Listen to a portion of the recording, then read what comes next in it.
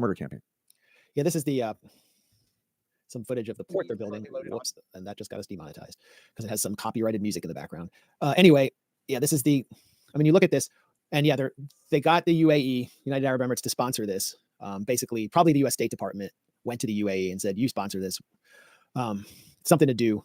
They're bringing 240 tons of food on this ship with this NGO called Open Arms, and they're building a jetty in northern Gaza with the rubble of Palestinian homes against the wishes, I would assume, of most people who own those homes. I mean, they're still the owners of those homes, but they're all evacuated, ethnically cleansed, stuck in the south.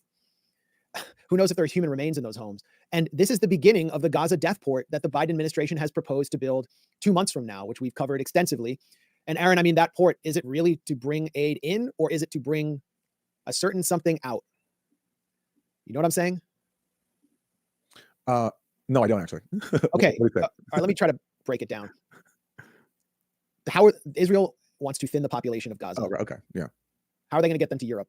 They can get them through Egypt, or it'll be a lot easier on a floating dock. And there's been discussions about that with Ron Dermer, special representative to Netanyahu, on arranging ships for evacuees to Europe, which will face another migration crisis for the U.S.-Israeli war that it sponsored after doing the same with Syria. So this is the beginning of the Gaza death port, and World Central Kitchen was sort of involved in an insidious way.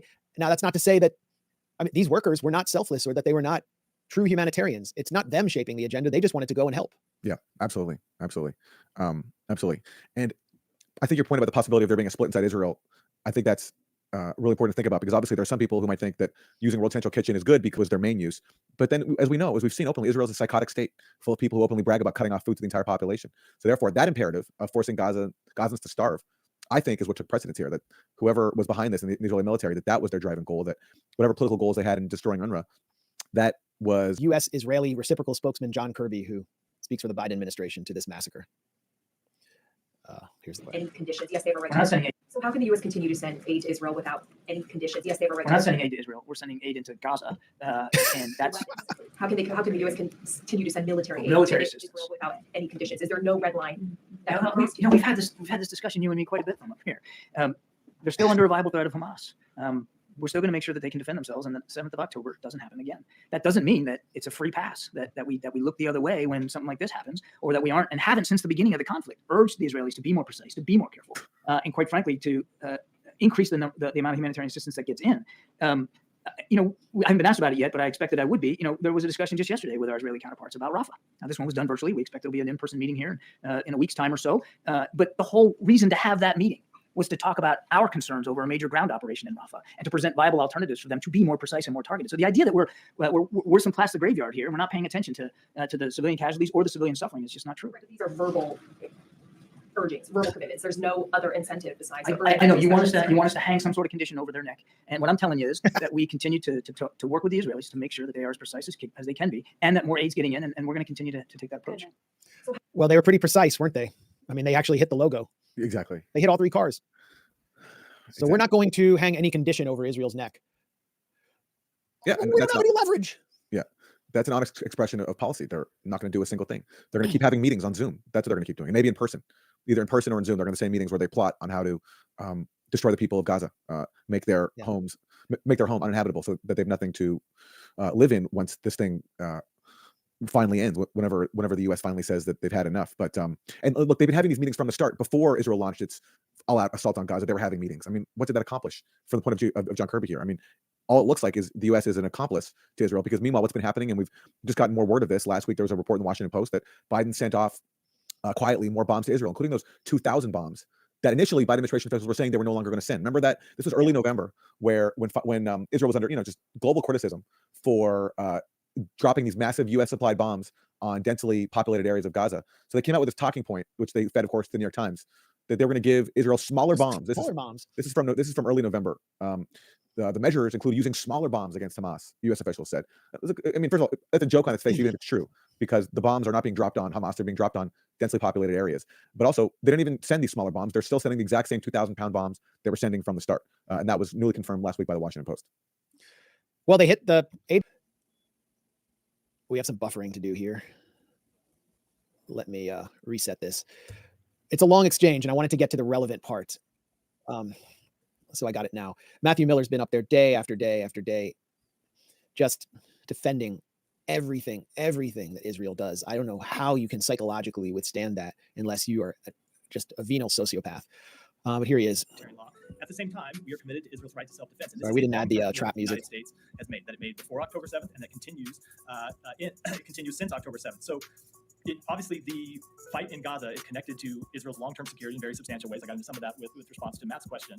But Israel still faces, in addition to the security challenge posed in Gaza, it still faces Iran that is hostile to Israel. It still faces Hezbollah on its northern border that is hostile. This is why they need 2,000 Israel. pound bombs. This is the question. And so we are going to continue to support Israel's ability to defend itself against those sworn enemies that want to see it end as a modern state or a state at all.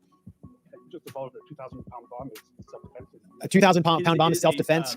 So they need to have the ability to defend themselves against a very well-armed adversary. Like I said, Iran, Hezbollah, which has thousands and thousands of fighters and quite sophisticated material and quite sophisticated weaponry, as we've seen them deploy, against Israel in the last few days. So yes, they do need the modern military equipment to defend themselves against adversaries.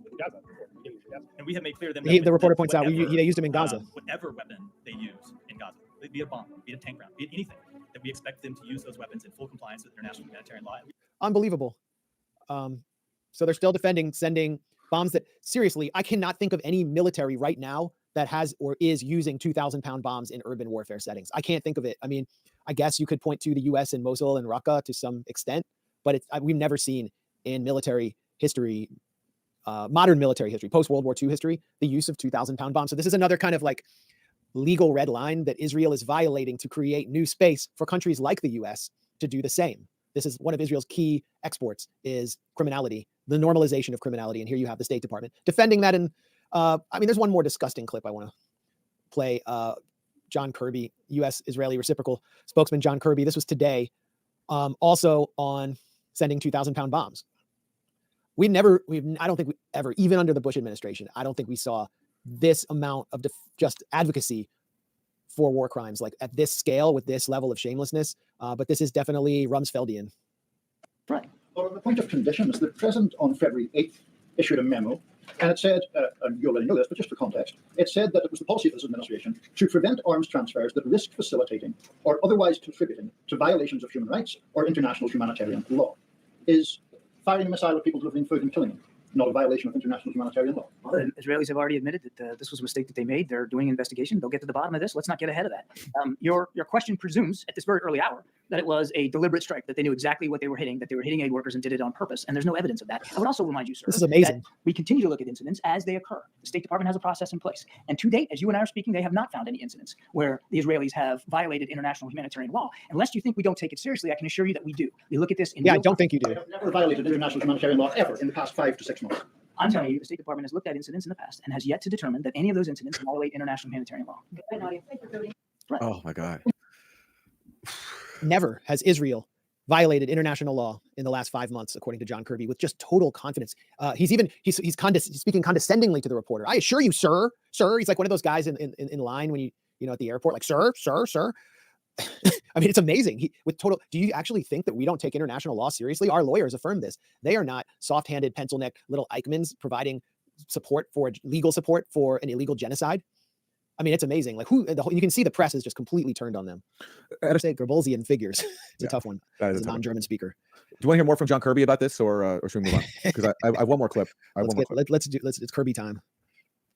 You described the strike as a possible mistake by Israel. According to Haaretz, the Israeli newspaper, it wasn't one strike, but 3. The first one, then an interval during which aid workers got out of their vehicles, removed the wounded, tried to move to another vehicle. Is that Andrew Feinberg? And then a third strike as they tried to move and escape in a third. That is Andrew Feinberg, but I forgot who he is. He was the plant inside Sputnik who tried to become a Russiagate figure and like never rose to the level. He tried to be like an FBI asset inside Sputnik and like he didn't make the cut.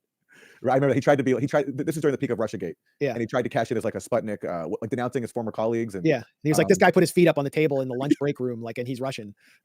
Well, he's obviously been rewarded with some kind of job that puts him in the White House briefing, which is where he belongs. And so Russiagate does always pay. Russiagate grifting does always pay. So I mean, it's interesting to look at all these different characters. So Andrew Feinberg just does whatever he thinks the press is supposed to do because he's the loser kid who like kind of eats his boogers in the corner and wants everyone to kind of accept him. So he's actually turning on John Kirby because everybody is. All right, let's hear his actual take. Vehicle, at which point all of them were dead. How would the second and third strikes of these marked vehicles be a mistake And why would the U.S. not more forcefully set conditions on the use of U.S.-made weaponry when it is being used to target aid workers? If the first one was a mistake, the second two were targeted with the intent of killing everyone in that convoy. So how do you respond to that? First of all, there's an investigation going on. So why don't we let it get done? And why don't we see what they find in terms of the decision-making process that led to this terrible outcome? Prime Minister and the IDF have noted that it was their error. If you don't like the word mistake, their error. They're investigating it. Let them do that work and let them see what they come up with, and then we'll go from there. And so one more shot. 2 years ago, the IDF killed an Al Jazeera journalist. They said that that was a mistake, that she was wearing a marked press vest. She was shot anyway. They investigated it, and they released the findings of their investigation, which found that they were at fault. Go on.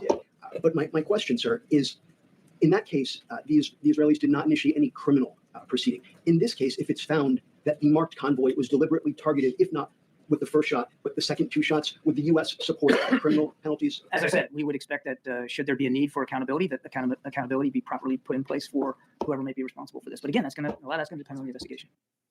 Remember when Biden said, "If you harm an American, we're going to come for you," or something like that? Well, then look at this. Compare that to this blasé response to Israel killing an American aid worker along with other internationals delivering food in Gaza. It's like we'll see what happens. We'll, And who's doing the investigation? Yeah. Blinken has called for Israel to investigate itself again. Yeah. It's like like, hello, Mr. Dahmer, Jeffrey. Yes. Yes, he cracks open the door. Yeah, it's Milwaukee PD. There's been a report of some unusual smells in your apartment. Can you go inside and check it out for us and let us know if everything's okay? Yeah, sure. Okay. And then Jeffrey Dahmer comes back out like, yeah, everything's fine in here. I don't see any rotting corpses or anything. So you guys can go. All right, sure. Proceed. Oh, by the way, do you guys want like a chocolate bunny I made down at the factory? Yeah, thank you, Mr. Dahmer. Like that's what we're dealing with the U.S. and Israel investigating itself, like the world's greatest criminal mafia investigating itself. And that is for the employees of someone who is like hosted Tony Blinken on his podcast, hung out with Tony Blinken, shilled for the Democrats, put himself out there as the greatest ally of USAID in Ukraine, Jose Andres, an official ambassador, culinary ambassador of the State Department. That's what he gets, is the criminals get to investigate themselves. It's such an insult to Jose Andres, and it really shows a lack of dignity on his part to not just, turn the table over on Tony Blinken. Just like yank off the tablecloth, throw all your little tapas creations and rub them in Tony Blinken's face, but you have no pride. this whole Oh, that's Tim Weiner. Yeah. Hey, I got a funny story about Tim Weiner. Tim Weiner is like the CIA fanboy who I think he wrote like one of the big books on CIA history. And someone associated with the Gray Zone tried to interview him about a CIA related topic.